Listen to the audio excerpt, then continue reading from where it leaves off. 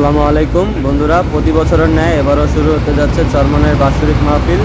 তো আজকে ঢাকা থেকে যে সমস্ত নৌযান চরমনের উদ্দেশ্যে ছেড়ে যাবে, তো বন্ধুরা এবার বেশ কিছু চারতলা নৌযান ঢাকা থেকে ছেড়ে যাবে, যার প্রথমেই থাকছে এমবি পূবালী 12 নৌযানটি, ঢাকা বগা পটুয়াখালীর নৌযান। এবং দ্বিতীয় যে আকর্ষণীয় নৌযানটি রয়েছে, সকলের আকর্ষণ যে নৌযানটির উপর এমবি সুন্দরবন 16, তো এই হচ্ছে পূবালী 12 নৌযানটি সর্বপ্রথমে দাঁড়িয়ে আছে। এবং রয়েছে সুন্দরবন 16 নৌযানটি আজকে সকাল 8টার দিকে ছেড়ে যাওয়ার কথা থাকলেও যাত্রী এখনও আসতে পারেনি, তাই যার জন্য এখনও সদরঘাট অবস্থান করছে। এবং তৃতীয় যে নৌযানটি রয়েছে এমবি অ্যাডভেঞ্চার 9 লঞ্চটি, যা প্রতিবার চরমনায়ের গতিরাজ বলা যায়, যা সমস্ত আমাদের মতো যে সকল ইউটিউবাররা রয়েছে তাদের প্রধান আকর্ষণ যে লঞ্চটিতে থাকে সেটি হচ্ছে এমবি অ্যাডভেঞ্চার 9।